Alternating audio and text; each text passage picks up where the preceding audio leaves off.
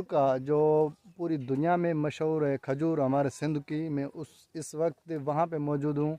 और आप मेरे बैक साइड पे जो देख रहे हो ये वो चीज़ है जिसमें खजूर पकता है। तो इंशाल्लाह ताला मैं आपको गाइड करूँगा, ये हर चीज़ दिखाने की कोशिश करूँगा। मेरे साथ जुड़े रहिए।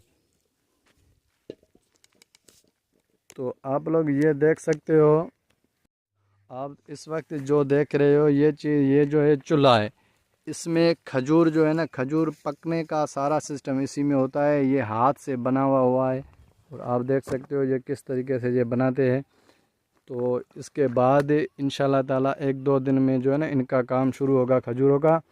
तो जो पकने का सिस्टम होता है, ऐसे तो खजूरों मुख्तलफ होते हैं, 3-4 किस्म खजूरों के होते हैं, लेकिन इसी में पकते हैं। जो भी खजूर पक के इंटरनेशनल मंडियों में आते हैं ना, इसके बाद ही आते हैं।